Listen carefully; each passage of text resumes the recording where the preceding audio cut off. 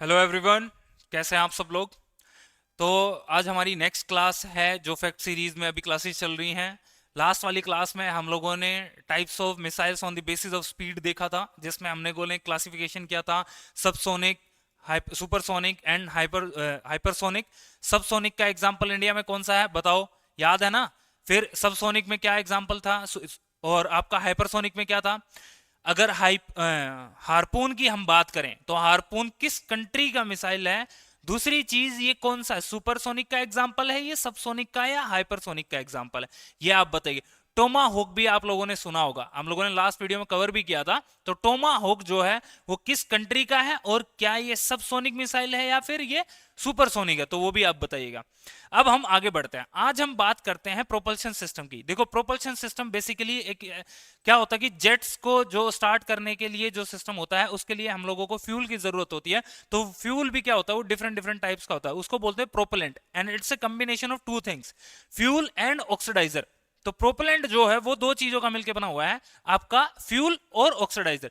Fuel जो है वो थ्रस्ट प्रोवाइड करने के लिए इस्तेमाल में किया जाता है कि फ्यूल बर्न होगा तो वो थ्रस्ट या एनर्जी प्रोवाइड करेगा, जो कि हम लोग Newton's third law of motion के बेसिस पे आप देखोगे कि जेट इंजन टेक ऑफ करते हैं। तो लेकिन फ्यूल को बर्न करने के लिए क्या चाहिए, आपका ऑक्सीडाइजर या ऑक्सीजन की जरूरत होती है, तो हम लोग ऑक्सीडाइजर का इस्तेमाल करते हैं। तो प्रोपेलेंट क्या हो गया, आपका फ्यूल प्लस ऑक्सीडाइजर हो गया। अब ये भी डिफरेंट डिफरेंट तरीके का हो सकता है। तो जैसे कि सॉलिड प्रोपेलेंट है, सॉलिड प्रोपेलेंट में क्या होगा कि हम लोग जो फ्यूल होगा वो सॉलिड यूज करेंगे। ओके, लेकिन अभी तक ये हमारे लिए इतना इंपॉर्टेंट नहीं, हमारे लिए इंपॉर्टेंट हो जाता है इसका एग्जाम्पल, कि एग्जाम्पल आपको दे दिया जाए और आपसे क्वेश्चन में पूछ लिया जाए कि सॉलिड प्रोपेलेंट का एग्जाम्पल कौन सा है, या फिर ये जो एग्जाम्पल है ये क्या सॉलिड प्रोपेलेंट है या क्रायोजेनिक है या आपका लिक्विड प्रोपेलेंट है। तो आपको एग्जाम्पल याद रखने हैं। एग्जाम्पल में हाइड्रोजन परऑक्साइड और आपका अमोनियम परक्लोरेट। हाइड्रोजन परऑक्साइड और अमोनियम परक्लोरेट किसके एग्जाम्पल हैं, वो है आपका सॉलिड प्रोपेलेंट के, ध्यान रखना, ठीक है। अगर हम लोग लिक्विड प्रोपेलेंट की बात करें तो यहां पे जो फ्यूल यूज किया जाएगा वो लिक्विड फॉर्म में यूज किया जाएगा, और इसके जो एग्जाम्पल होंगे वो hydrogen, nitric acid, nitrogen tetra oxide. Hydrogen, nitric acid और नाइट्रोजन टेट्रा ऑक्साइड, तो ये जो तीन एग्जाम्पल हैं ये आपको याद रहने चाहिए लिक्विड प्रोपेलेंट में। ओके, सॉलिड के देख लिए, लिक्विड के देख लिए। हम अगर बात करें हाइब्रिड प्रोपल्शन में, तो हाइब्रिड प्रोपल्शन में जो हाइब्रिड प्रोपेलेंट यूज किया जाएगा उसमें सॉलिड फ्यूल होगा, लिक्विड ऑक्सीडाइजर होगा। ध्यान रखना, सॉलिड फ्यूल होगा और आपका लिक्विड ऑक्सीडाइजर होगा, और इसका एग्जाम्पल है आपका HTPB। ओके, तो ये आप ध्यान रखिएगा, क्लियर है, ये HTPB का आप एग्जाम्पल माइंड में रखना। फिर आता है, अब प्रोपल्शन सिस्टम में हम लोग जेट सिस्टम्स बात कर रहे थे, जेट में देखा फ्यूल बर्न हुआ, ऑक्सीजन की प्रेजेंस में बर्न हुआ। अब आप सोचो कि कितना सारा ऑक्सीजन या फ्यूल कैरी करना होता होगा जेट को। उसका मोस्टली जो जेट का वेट होता है वो that's because of fuel and oxidiser. अगर ऐसी टेक्नोलॉजी डेवलप कर दी जाए कि फ्यूल कम कैरी करना पड़े, अब आपको पता है कि एयर में भी ऑक्सीजन प्रेजेंट है, क्यों ना हम उसी एयर का इस्तेमाल करें एज एन ऑक्सीडाइजर, या जो कि फ्यूल को बर्न करने में इसमें। तो यही जो जेट्स का नेक्स्ट अपग्रेडेड वर्जन जो आया उसी को बोला गया रैम जेट। ओके, क्या बोला गया, रैम जेट इंजन है। ये क्या करते हैं कि जो एयर में जो ऑक्सीजन प्रेजेंट है उसी को कंप्रेस करके फ्यूल को बर्न करते हैं। क्या, जो एयर में जो ऑक्सीजन है उसी को कंप्रेस करते हैं, कंप्रेस करके जो फ्यूल बर्न करते हैं, और जेट इंजन एज ए काम करता है। तो ये रैम जेट इंजन है।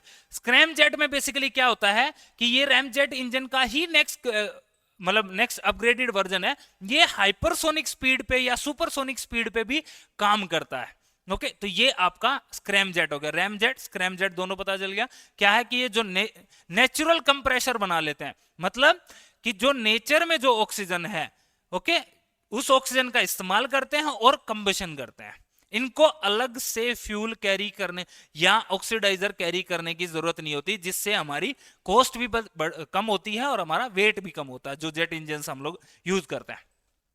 क्रायोजेनिक की बात करें तो क्रायोजेनिक पे आपको पता होगा कि इसमें लिक्विड फ्यूल, लिक्विड ऑक्सीजन होती है, लिक्विड ऑक्सीडाइजर है, और लिक्विड ही हम लोग फ्यूल यूज कर रहे हैं, बट वो स्टोर कर रहे हैं एट वेरी मिनिमम टेम्परेचर, बहुत कम टेम्परेचर पे। अगर जैसे लिक्विड ऑक्सीजन और लिक्विड हाइड्रोजन को हम लोग यूज करते हैं तो उसको बोलते हैं हम लोग क्रायोजेनिक प्रोपल्शन, या क्रायोजेनिक प्रोपेलेंट्स यूज किए जाते हैं क्रायोजेनिक प्रोपल्शन के लिए। तो ये आप ध्यान रखिए, यहां पे लिक्विड हाइड्रोजन जो एज ए फ्यूल यूज किया जाता है, liquid oxygen as a oxidiser use किया जाता है, और स्टोर क्या किया जाता है बहुत कम टेम्परेचर पे, at very low temperature. Okay, तो ये हम लोग यूज करते हैं, और इसका एडवांटेज क्या है कि ये बहुत हाई एनर्जी प्रोवाइड करते हैं, और ये अपग्रेडेड वर्जन है जिससे कि बहुत स्पीड से चीज जेट इंजन को पुश किया जा सकता है। ओके, तो ये हम लोगों ने देखा, प्रोपेलेंट सिस्टम्स देख लिए, प्रोपल्शन सिस्टम्स देख लिए, कि सॉलिड लिक्विड उनके एग्जांपल्स देख लिए। अब आप बताओ याद हुआ नहीं हुआ? अगर मैं हाइड्रोजन की बात करूं तो वो किसका एग्जांपल है? सॉलिड प्रोपेलेंट का एग्जांपल है या लिक्विड का? बताओ।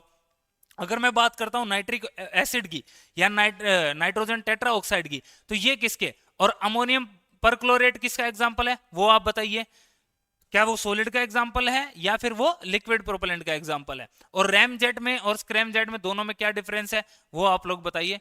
तो बाकी मिलते हैं नेक्स्ट वीडियो में। That's all, thank you very much.